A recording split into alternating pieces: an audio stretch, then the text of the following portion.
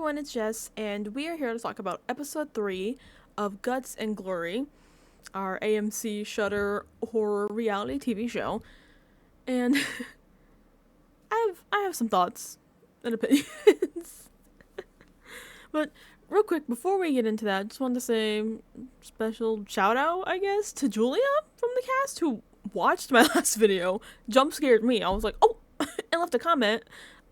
Girl, if you're seeing this now, I did mean to respond to you. I forgot. ADHD.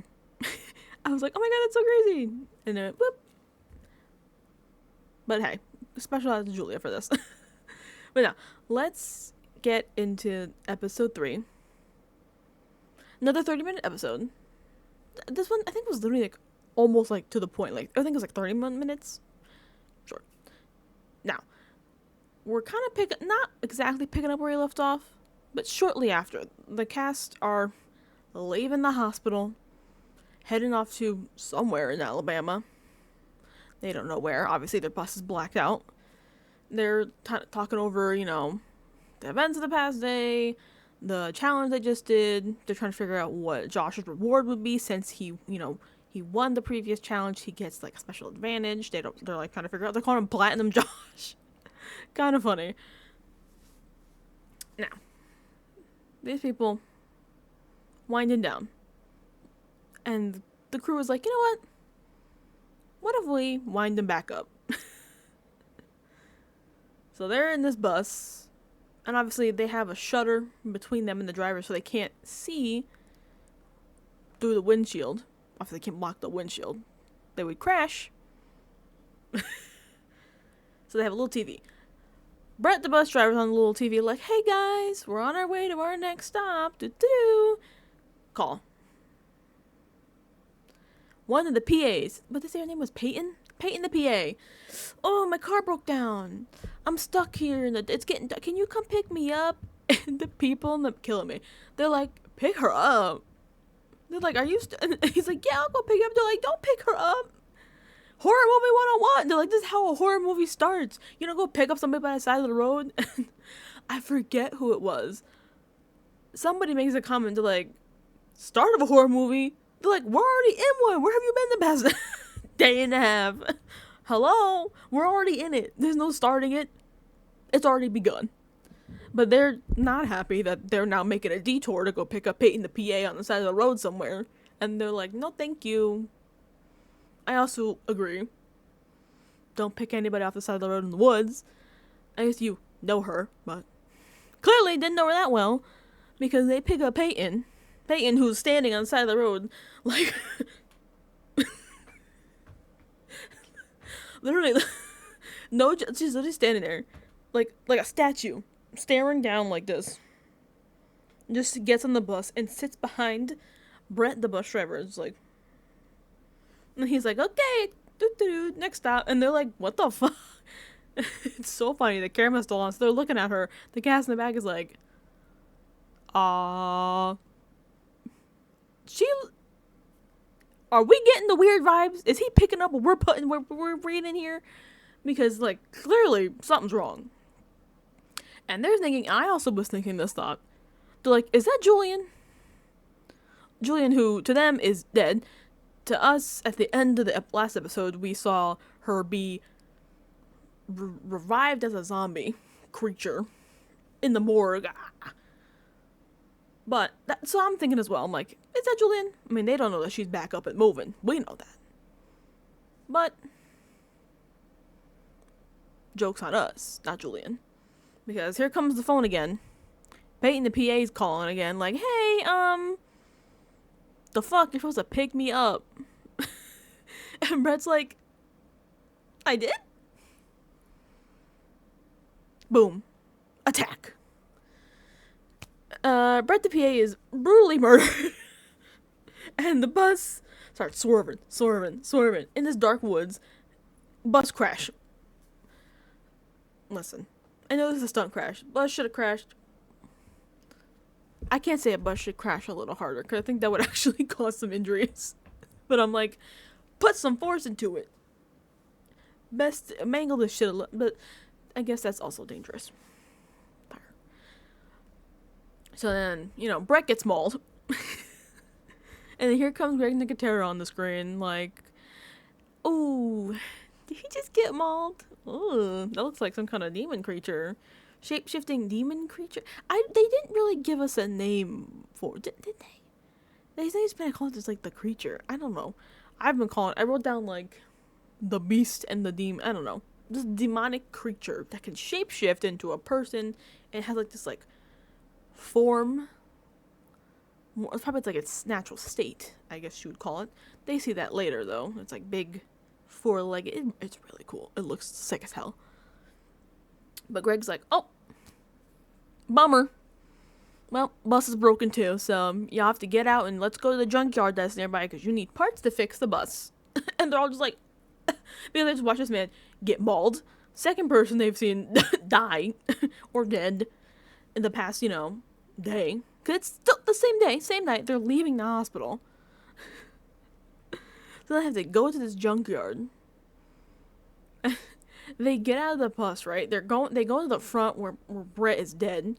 Brett literally is not a person. He's just literally whole torso gone, consumed. They couldn't really see him because, when the creature started attacking, blood sprayed the whole camera. Sick effect. He's literally in half. He literally just has legs. Literally just legs sitting in the seat. And they're like, oh, so he's gone. They're like, so he was eaten. Okay. These people are so calm. And they're not fully calm, but they're too calm for me. Because, let me tell you something, they go into this junkyard. And the demon creature comes out. And they're all like, oh, what is that? Wrong. The second I see that, I'm out. I'm running. They're all lingering too long. They were lingering and looking at it like the thumbnail will be the picture of the creature if you're watching this and hadn't watched the episode for some reason.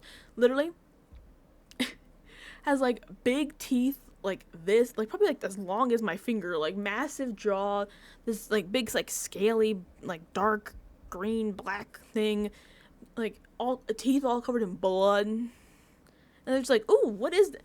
Run! I move! This is why people die in horror movies, because you see something and you stand there and they're kind of like shuffling. And I'm like, no. Haul it.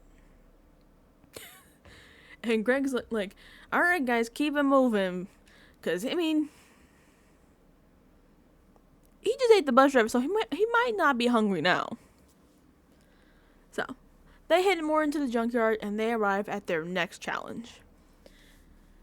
Now,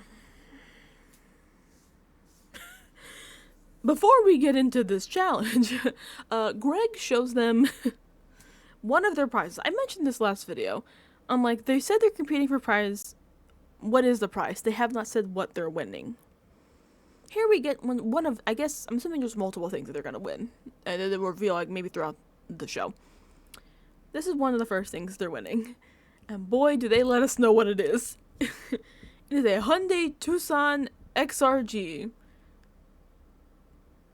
They bring the car out. Let me tell you something. I get it. It's one of the big prizes of the show. It's probably a sponsored thing. We spend, for this 30-minute episode, just a little, too much time on this Hyundai Tucson. Too much.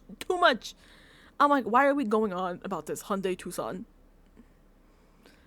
Give us a minute, be like, wow, look at your prize. It's a Hyundai Tucson. And have them be like, wow. We don't need to hear about the features. We don't need the interior shots of the car. We don't need confessionals of people talking about, wow, my lease is just about to end, so I need a new car. My thing's not working in my car. Cool. Maybe you could put that in if you had like an hour episode. We have 30 minutes. We need to use our time concisely. No, too much Hyundai Tucson. That's one of my big notes. Too much Hyundai Tucson. Because we get more of it later. And I'm like, for what? Chill. But yeah. So they get... Oops. I whacked the shit out of that. Apologies. But yeah. They get the Hyundai Tucson shown to them, and now we get into the first challenge of the the first and only challenge of the episode. Now, this challenge, they're in a junkyard. There's a bunch of those big shipping containers everywhere. There's some stacked up V-shaped metal beam across. Now, their goal here is to get the parts they need to fix the bus that has just crashed so they can leave. So what they have to do is, one by one, roll a tire from one shipping container across the beam to the other in as fast as they possibly can. The two people who move the slowest will be out. Because they said last episode, because there was no elimination, today will be a double. Now, there's also a penalty if you drop the tire or if you just fall your ass off the beam. 30 seconds will be added every time. Now, I have some notes. I don't want to get in too much of my thoughts. I'll spare that for the end. This challenge didn't seem too hard. Little easy. And I can tell you how I know this for sure. You know, it is, in a way, a frightening challenge because many people, are afraid of it. It looked quite high. A lot of them are afraid of heights. Michaela, though, couldn't give it. Michaela's like, I love heights. Put me in the sky. Michaela's happy as a clam in the sky. Good for her. Now, I can tell you why I know this challenge was a bit too easy. Because they mentioned this 30-second penalty if somebody falls or if you lose a tire. Nobody fell. Nobody dropped a tire. They all just kind of go across. Fine. They go slowly across the beam. And there are obstacles in the beam as well, like little, like wooden beams and blocks. So they have to kind of get the tire over. They have to walk where it's, like, uneven. So that does add, like, an issue, like, in ability if, like, you're not good at balancing and you have to, like, have to try to get over this block with a tire, da-da-da. Still, it clearly was a bit too simple. What I did like, though, is that when they're making their runs, the creature comes out and is below them, like, kind of walking around, and then starts hitting the main support post in the middle of the beam. I think that was great. Honestly, I think it should have been more aggressive. I think it should have shooken the shit out of that beam. I think it should have ramming that shit. Because it was kind of shaking it, but I wanted that shit to be... like, make it hard for them. They're harnessed. If they fall, it's not like you're gonna break a neck. They're harnessed. They're safe from fall. Like, if they fall, the worst thing they have to do is go restart. Rattle that shit. Hit that beam. Get that creature. Go. Bash the shit out of it. Rattle it. I want it to be difficult.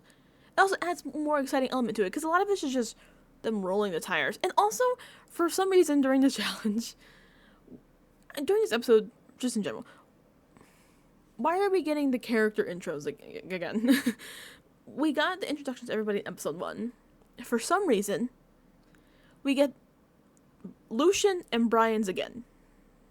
Not different ones, like, pretty much, like, the same ones from before. Maybe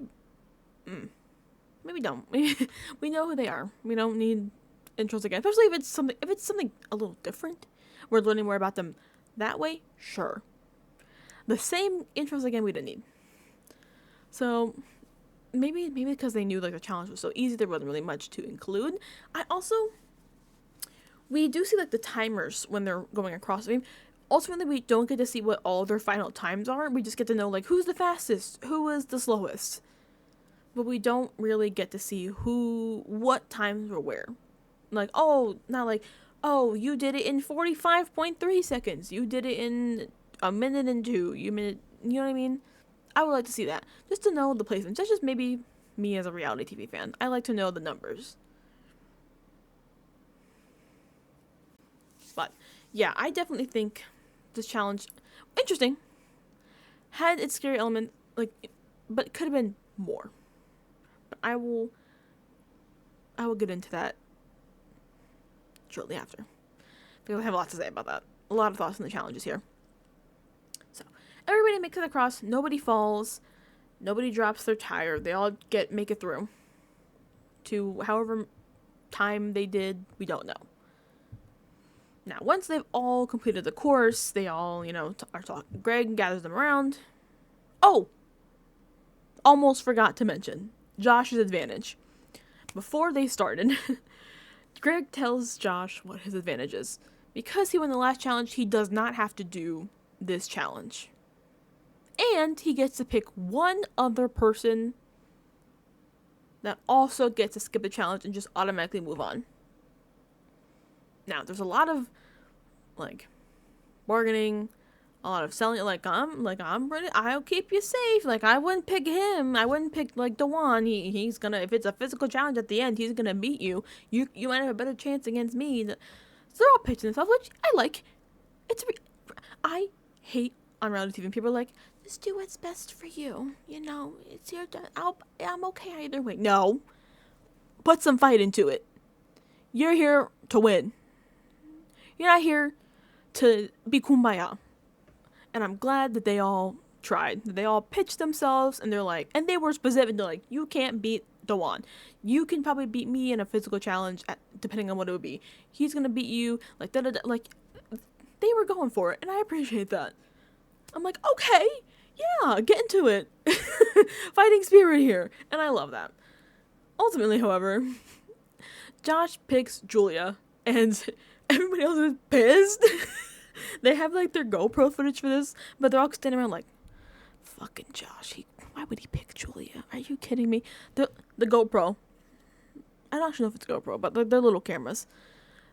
They're like, I fucking can't stand Platinum Josh my ass. They're pissed, and it's so funny. They're so mad. And I'm like, you know what? Good. Give us the beef. I would have loved a little more beef, a little more tussle in this episode. Jazz it up. Be pissed that you didn't get picked and have to do this fucking challenge. And maybe go home because you can't roll a tire. I also would be mad. I'd be like, really? Now I don't get my Hyundai Tucson. My Hyundai Tucson XRG with the front seat. I didn't pay attention when they were talking about the car. I don't know car stuff. But yeah. So Josh and Julia don't have to run this leg. So, back to where I was. Because I fully skipped over that, my bad. Now, we get, the placements, but not fully. He does it, Greg announced the results. He's by calling, in groups. We're at an audition. You passed. If you stepped forward, you passed. If you were in the back, you didn't. You know what I mean? So he brings Colby and Brady forward. They had the fastest times. They're good. Clean and clear. Next grouping that comes forward, Alexis, Brian, Lucian. They are the slowest. So that automatically advances the other two. So we're just left with them three standing there. Two of them are going home. Slowest times. We don't know what their times are. But ultimately, it is Alexis and Brian who are eliminated with the slowest times. And they are extremely emotional in different ways. Brian is so moved that he even got the opportunity to be here. And I'm like, I do love people on reality TV shows who are just so committed to being there. And he was really choked up. He's I've never really left my state, my hometown. And he's this has really pushed me out of my boundaries and my comfort zone to explore my life. And I'm oh, I love when people give a shit, because coming from somebody who watches a lot of reality TV shows, you could tell on some shows when people are who are on the show are genuinely here for the love of the game, and there's people who you could tell are just there for the clout. And I'm I want people who give a shit, and he gave a shit for this little horror show that he didn't even know was a horror show. He thought it was gonna be an escape room game. But God, did he care? And he almost went home last episode, and he got just another chance. Even if he didn't get past a couple hours later, he got a little farther, and he's grateful for that. Alexis as well. She's not as emotional as Brian is, but she's I did this for me, and I didn't do my best today, but that's okay. It's like, you're disappointed, but you're proud in yourself. And I'm like, you know what? Hell yeah. So it's sad to see them go, but they went out high. Like, I'm happy to see people who care. Because so many times you watch a TV show and you're like, this person is just here for Instagram. Please. I'm so sorry if you're watching this and you don't watch like other reality TV shows that I've covered on this channel, because you don't understand the blight that I'm talking about. Have you ever watched somebody win a reality TV show and then like they get out of the Big Brother house and they're doing TikTok live battles, and I'm like, didn't you just win $750,000? Why are you doing a TikTok live battle for money? So thank you for people who are here for the love of the game. Thank you. So now that they've lost and they said their goodbyes to Alexis and Brian, you know, they have to go fix the bus with all their tires. They didn't get any other parts, just tires. They're wheeling their tires back to the bus. This is the end of the episode. They're like, oh, well, we gotta fix the bus and keep on moving. They have nobody to drive the bus now, mind you. Seeing as their bus driver has been eaten. But they gotta fix it. They are wheeling their tires through this junkyard when all of a sudden, snatched, Lucian, grabbed by the ankles, thrown on the ground, screaming.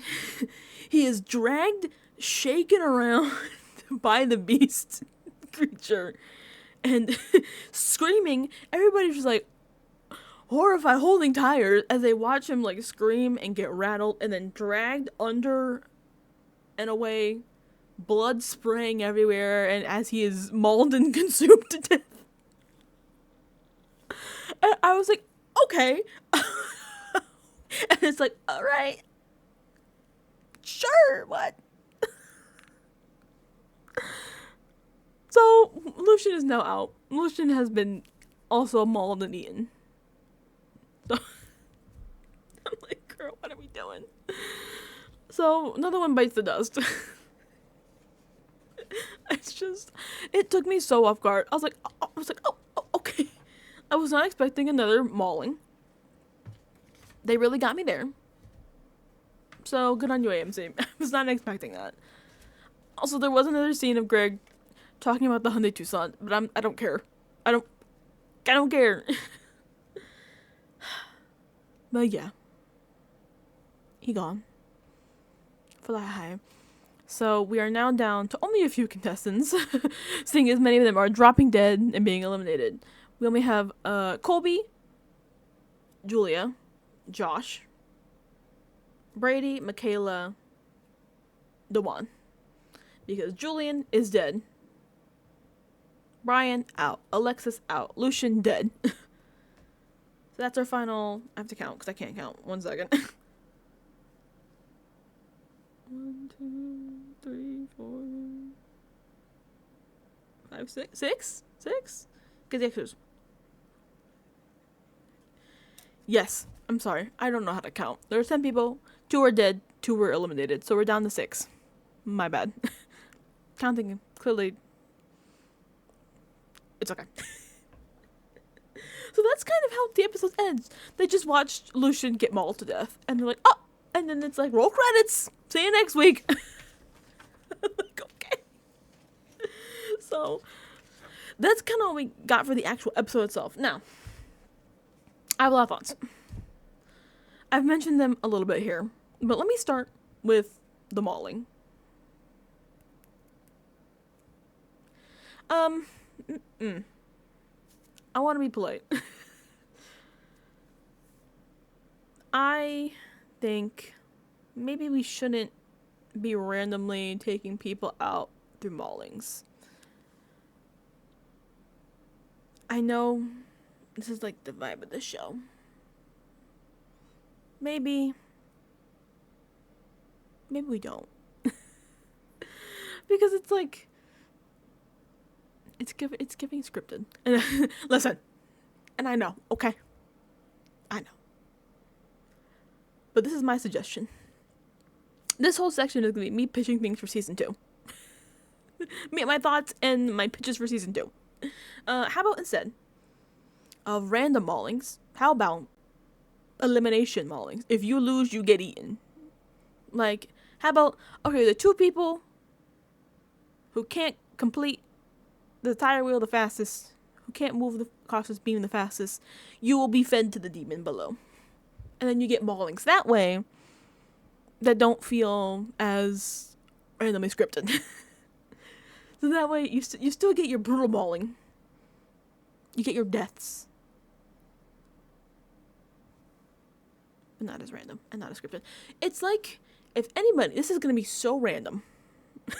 But trust me. If you have ever seen the Telemundo show Sabado Chicante, there is a segment on that show. It's like I don't even know how to describe that show. It's a fever dream that I used to watch this as a child with my grandparents.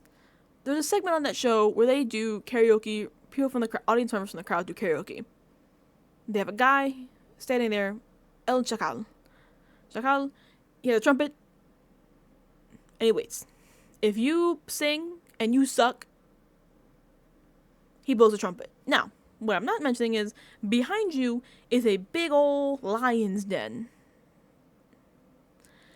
So you're performing in front of the lion's den. If you suck, El Chacal blows the trumpet, and the lion comes out of the den and drags you away to your death. Now, I'm not saying you need a lion's den or a lion. What I'm saying is, oh, you lost the challenge. You will now be consumed. I think that will be interesting. Instead of the surprise deaths. Because I feel like it feels too scripted for a reality show. And you're like, okay, were they ever a real contestant? Because now they've just been eaten. Or they're dead in a tree, you know. 1 is fine. I get Julian, fine. 1, fine. Though I did like how he died, because it was kind of funny. It was wild, but it was kind of funny. The way he was just being dragged through that dirt, just back and forth, like tossed around like a fucking rag doll, and then dragged under with the blood spraying, was cool. So, you did get me there.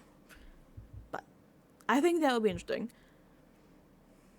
Like, you could do, like, zombies. Like, you could be like, okay, well, if you can't complete this, we're leaving your ass behind and you get eaten by zombies and you're out. You could do it like it's like an escape, like you're trying to race people through this thing and the last person, like, the door's closed. You can't get out, you're left behind. Because we've seen that on The Walking Dead. People, you know, left behind and eaten. So you could do it on the show. Tie it in. Greg Nicotera's right there. He knows all about that. I'm sure he did the special effects for it. So that would be an interesting element. Now, I think I'm trying to look at my notes to see whatever, because I've already mentioned a couple things, like the character intros, too much Hyundai Tucson. So, we've already touched on. Let me see. The challenges. I have a lot to say about these challenges. Like I said, this one was very simple. Now, I know they've described this show as the Blair Witch Project meets Survivor. Now, fine. Blair Witch element, cool. I think they need to forget Survivor. Take Survivor, crumple it up, goodbye. What I think they should do instead, and I think this will help them with the challenges as well. Another option that I'm presenting this to you. My free pitch. Blair Witch Project, the traitors. I think if they look at the challenges on the traitors and like pull in like stuff from that, I think that would work great. Because first of all, the traitors in and of itself fits with Guts&Glory's a lot more thematically. Like Survivor, you know, it's people cast away somewhere. Obviously, in the newer seasons, it's just been Fiji, but, you know, in the past, it was, like, Puerto Rico, Nicaragua, the Australian outback. It was wherever. The Traitors, or if you don't watch The Traitors, takes place in a castle in Scotland. There's, like, 20-something people in this castle. A majority of them are faithfuls, and a couple of them are traitors. So the whole point of the show for the faithfuls is to find out who the traitors are and eliminate and banish them at the round table every night. The traitors have to get to the end, kill as many faithfuls as they can every night. They're murdering. They meet in their turret. They have hoods and cloaks, and they meet up. They pick somebody to murder. It has a very like murder mystery vibe to it that I think would fit a lot better with the horror elements of Guts and Glory, especially with some of the challenges that they do. Obviously, some of them are like they're running through the woods, but they show in the preview for next episode of Guts and Glory, people being buried alive that they have to find. They do this on the Traitors. I'm watching the Traitors UK right now, season 1, and they've done this on the US version, they've done this on the UK version, where you're finding clues, running around to find where your teammates are, and they are buried alive in the dark, and they have to give you clues through a walkie-talkie. Like, that's kind of a horror, clearly because they're doing it next up, like in an upcoming episode. But there are definitely challenges that are like creepy. They have a lot of creepy challenges on the Traitors that I think they could take inspo from for Guts and Glory, because their challenges right now are very simple, and I want them to be elevated. I understand that also maybe because of the time limit that they have with the episodes, it's hard to show like a complex challenge if you have a half-hour episode. So I hope they can get more time, extend it out so they can really vamp up these challenges. I wrote down a couple from the Traitors that I think could be really cool that they could implement maybe. Don't be like, they can't plagiarize the Traitors. I know that. But like, get the idea bank cooking here. Like, for example, there was one challenge they did on season 3 of the US Traitors. Was it season 3? Whatever season Tom Sandoval was on. That might have been season 3. Where they have a big creepy cabin in the woods. And inside and all on the outside are these cursed, creepy dolls. They're like those China dolls that look fucked up. And they're haunting. And they're gross. So on the Traitors, they had to go around, pick up the dolls. They have like these gross like voices in them. Some of them are just like saying lines, but some of them are like reciting like music backwards. Like a demon, things in reverse. So the person would have to sing, like listen to the recording, then sing it back to the other half of the team in the castle, because they're split into two. The team would then have to figure out from the backwards singing which song it was and to complete the round. Obviously, it's a little harder to implement on Guts and Glory because on the Traitors, they're doing these challenges as a team because they're trying to earn money. The challenges here are for elimination, so you'd have to probably adjust it a little bit, or you could do it in teams, and like then if you had more time, you could do this as like a team challenge, and then another challenge after that with the losing team individually. Then that would be the elimination challenge. You could like the first group is earning safety, and then the second group, elimination. So that would be an interesting one, because obviously it has the horror elements of like the creepy cursed dolls. The setting is really like haunting.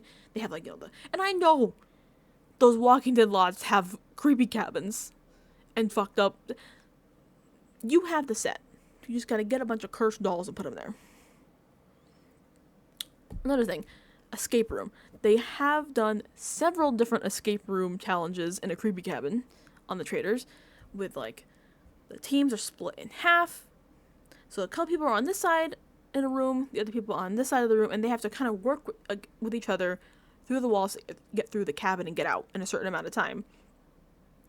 But there's like bugs. There's like one side of the room members getting like bugs rained on them, and they just have this stuck there as bugs, and it's like cockroaches and like maggots and shit are falling on them, while the other half of the room is the other people on the other side of the house are trying to figure out the puzzle to get their door unlocked, and then the other team's door unlocked as well. But they're like digging through like fish heads. I believe on the UK one they had like buckets and buckets they had to use for, it was like maggots, fish heads, and they had to go collect like rotting fish heads and weigh them down in the bucket to get a weight. They're like scooping like maggots and shit into, like, that's gross. Obviously you can vamp that up for horror. Like, it could be like, oh, you have to like elbow deep, and like how they did with last episode where they had to dig through the guts of the zombie guy. Like a bucket of guts. Shove your arm in there, feel around, dig something out. You could put that into an escape room element as well. That's a classic challenge they do in the traders, where they have a big like pyre. It's like this big like stick creature, all made of like firewood with like horns, and they're split into two groups, and have to race to get the rope and fire. They have a long empty thing they have to fill with rope, tie it together, so obviously coated in gasoline, and collect the fire as well, so they can light the whole trail. Make sure they have enough rope to light the actual pyre, to get to the pyre, and then light the whole big ass pyre on fire. You can implement that. It could be some kind of like witches thing. It could be like a demonic, like pyre. I don't know. What's the word? Statue? You know what I mean? Like entity. Why am I forgetting the word? Totem? Like they're like, this is my god. You know what I mean. Like, we could definitely get some spooky challenges that are more interesting. Or, hell, if you want to even improve on this challenge, the tire wheel challenge. 1. Make the beam longer. Longer distance they have to go. It was a bit of a shorter distance. Make it more difficult. I don't know if maybe the beam can be narrower. Make it more rocky. Have the beast rattle the shit out of it more. Difficult obstacles. On the trade, I keep bringing up the traders because I'm like, in my head it correlates the best to this show because they have very similar themes. There's like a challenge where they have to cross a wooden bridge. You know, it's like old shitty like wooden bridges that was like planks and rope, and they had to collect bags of money hanging along. But the person on the bridge is completely blindfolded and are being guided by their teammates back on land. Like, okay, there's a big block, you have to step over this, you have to move to the right to get around this. You could implement that somehow. I look, because I really enjoy this show, and I want it to flourish. So this is me pitching. Vamp up the challenges, because I really think this would be cool. Or they could do it as like a race. Have multiple beams set up, where now you're having to get across as fast as you can, but now you're against everybody, so now you'll know, okay, if I'm not off this beam before them, I'm out. That way people might get a little sloppier. They might try to hurry faster. You might get more people falling off and getting penalties for their time. That adds a little bit to it as well, so it's more exciting. Especially, like, if you can see the person next to you, and then the person next to you, and you're like, I gotta beat them. I gotta beat all these people. Versus like, okay, they did the run, now I gotta do my run, and having them going against each other amps things up, because now you can see how everybody's doing, and you're like, I gotta go. And when people go fast, when people panic, they mess up. And you get the drama of somebody falling off, having to run back and reset. I think that'd be really cool. But yeah, I'm trying to vamp things up. I know. 30-minute episode. You gotta work with what you got. Fine. This is my pitch. Season 2. Working people will be like, give us more airtime. And we could cook something up good. Just don't spend more time on the Hyundai Tucson. Enough. No more. Please. Oh my god, there was so much time on the Hyundai Tucson. Why do we go back to it at the end? Like, it was like Greg dragging off, like, oh, should I just kill everybody and take the Tucson for myself? And I'm like, enough of the Tucson. I'm begging you. That's another thing also I want to touch on. Greg, as a host, I think they want this to be a very immersive experience, like a very, like, these people think they're in, like, these people think they're in a horror movie. I think he's kind of taken them out of it a little bit. No offense to Greg Nicotero. Love him. Listen.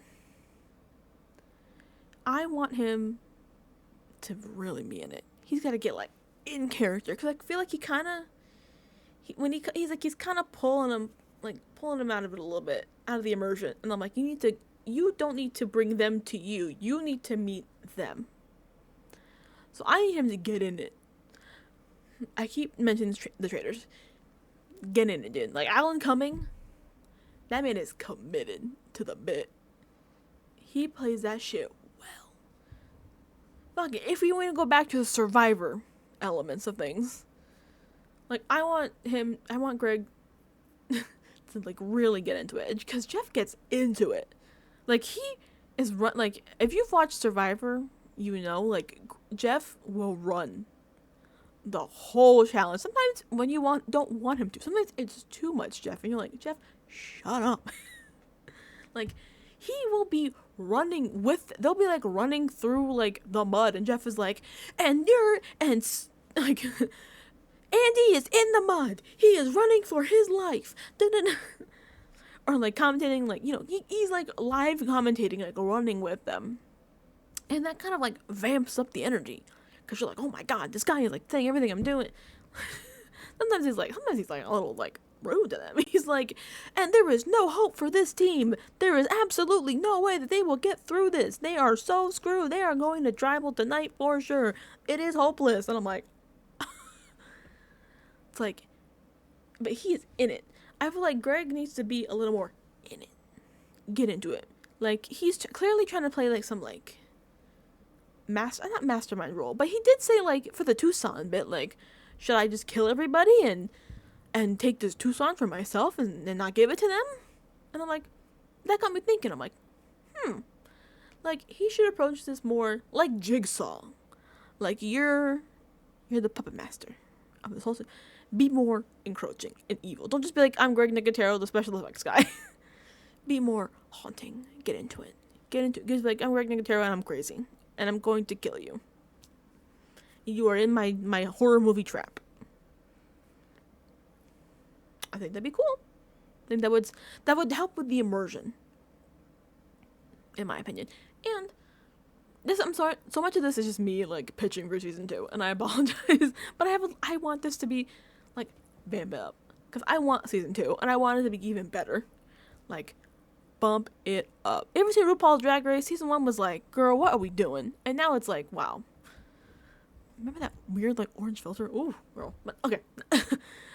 I'm going to bring back to this challenge. The challenge as they had it now. They're supposed to be at the junkyard getting parts to fix the bus. But they're only moving tires.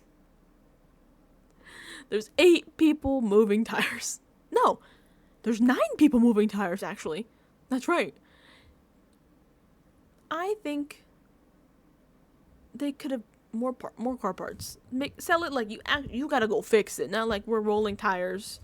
Even though there's nothing wrong with the tires, the bus hit a tree. Have them like, you gotta carry all these heavy ass car parts. I don't know. Don't ask me to name a car part. I don't know. I don't know a thing about cars. Or, frankly, buses. But have them, like, get into it. Like, you need to get this. Have them, like, having to run. Like, you gotta run. You gotta grab this, like, part of an engine. You gotta carry this shit. Even if you don't have to, like, obviously, a tire, you can roll that. Sure. It's, like, it's a bigger object, harder to move. But, like, an engine, like, that's heavy. Some car parts are heavy. Like, so you have to add the weight of, like, trying to balance this thing. And it's so big. It's so heavy. And while this creature is rattling the support post that you're on the beam you're standing on, sell it. Like, you gotta fix this. Not like you're just rolling tires. Like, you are going to be fixing this engine and be like, oh, fuck, I don't know how to fix an engine. Vamp it up. Bump it up. Bump it, girl. I think that'd be cool. I don't know. I just want them to do more of the challenges. Because it's like, I feel like based on how they're editing this, they're like, we don't have much with the challenges. And that kind of is like a bummer. You're like, I want more. I want the thrill and the excitement of these challenges. I want them to be scary. I want them to be haunting. But it's like we have a 30-minute episode. There's only one challenge this entire episode. But we're getting, like, like episode minutes wasted on the goddamn ad read of the Tucson. Repeating the character in the cast intros from like episode 1. It's like we're I want more. I really want more. And honestly, they can interview the cast. I think they should play off their fears a little more. Obviously, some of them are afraid of heights. Make it higher. Make that shit sky high. Put that fear in them. I'm bringing it back to the trailers again. They had these bitches dangling. They had to get from the castle all the way across to a lake and drop something by dangling them loose from a helicopter. They were flying. Like, you ever seen those like emergency videos where they're like rescuing people and there's like on the thing, like they were strapped, just dangling on a wire below the helicopter. That's some fear. And like, you're afraid of heights. Oh boy, are you? Like the beam, don't get me wrong, the beam was higher, jack it up. Or I just keep pitching ideas. You want to do the horror element? We've seen this a million times on The Walking Dead. You're on the top of a van, zombies below. That's a classic. You try to roll a tire across like the top of like a van, or like the RV on The Walking Dead. How many times were they on that RV and there's zombies just hitting, trying to get to the person on top of the van, the RV? Do that. Have them like trying to roll a tire, but there's shit reaching for their ankles the whole time. You gotta be like, oh my god, oh, I'm trying to roll this tire, but things are trying to grab at me. That's a good way. That adds more horror. You're like, oh my god. And he's like, and especially because this is Greg Nicotero. He knows how to do zombies. So they look. Listen, I've watched Walking Dead, and I'm like, I've seen zombies in there, and I'm like, oh, like that shit is gross. Oh, like that, like scary, nasty. I know that man could sell it. I think that would be cool. This challenge, but rolling it across the top of an RV with zombies grabbing at your ankles, that would be exciting. Now we're cooking with that. So yeah. I'm sorry. So much of this is just me talking about what I want for next season and how I think we can improve things. But I really want them to improve things. Because this episode was good, but I want it to be great.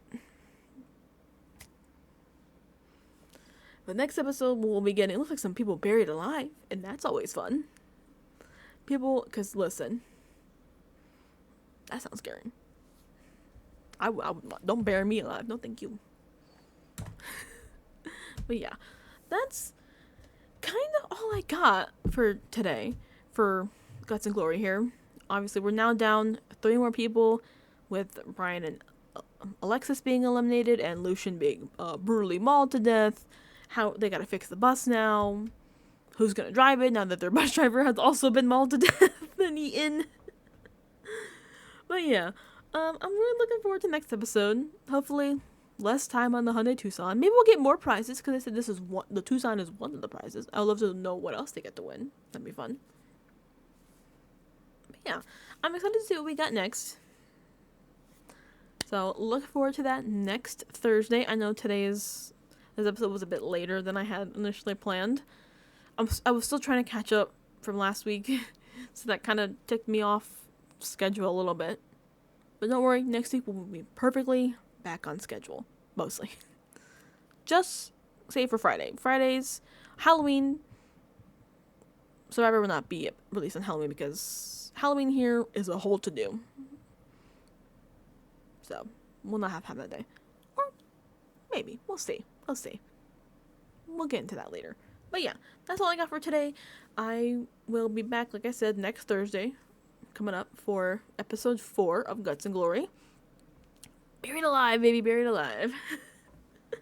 So, thank you all so much for watching. If you want to, leave your thoughts below on the episode. How do you feel about this challenge? How do you feel about the eliminations? The mauling to death of Lucian? What do you think is coming up for next episode? Will somebody else get mauled to death? Who knows? Also, let me your thoughts on like what you would improve for next season. What are your thoughts? Do you think we have enough horror in it? Should we bump it up a little more? How much can we torture the cast? What can we do to them to really put the fear in them? Yeah, leave a like. If you want, you can subscribe. You know, no pressure, no pressure. But yeah, that's all I got for today. Thanks so much for watching, and I will see y'all next time. Thanks, guys. Bye.